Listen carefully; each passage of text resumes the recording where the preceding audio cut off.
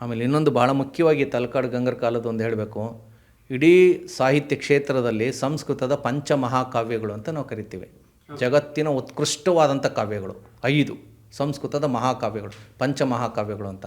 ಅದರಲ್ಲಿ 4 ಮಹಾಕಾವ್ಯಗಳು ಉತ್ತರ ಭಾರತಕ್ಕೆ ಸೇರಿದ್ದು, 1 ದಕ್ಷಿಣ ಭಾರತಕ್ಕೆ ಸೇರಿದ್ದು. ಅದನ್ನು ರಚನೆ ಮಾಡಿದಂಥವನು ಭಾರವಿ ಅಂತೇಳಿ.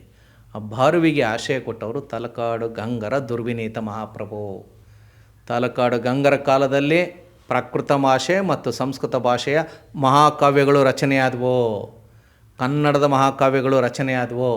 ಅಂದರೆ ಪ್ರಾಕೃತಕ್ಕೆ, ಸಂಸ್ಕೃತಕ್ಕೆ, ಕನ್ನಡಕ್ಕೆ ಆಶ್ರಯ ಕೊಟ್ಟವರು, ಪೋಷಿಸಿದವರು, ಬೆಳೆಸಿದವರು, ಅಭಿವೃದ್ಧಿಪಡಿಸಿದವರು ತಲಕಾಡಿನ ಗಂಗರು.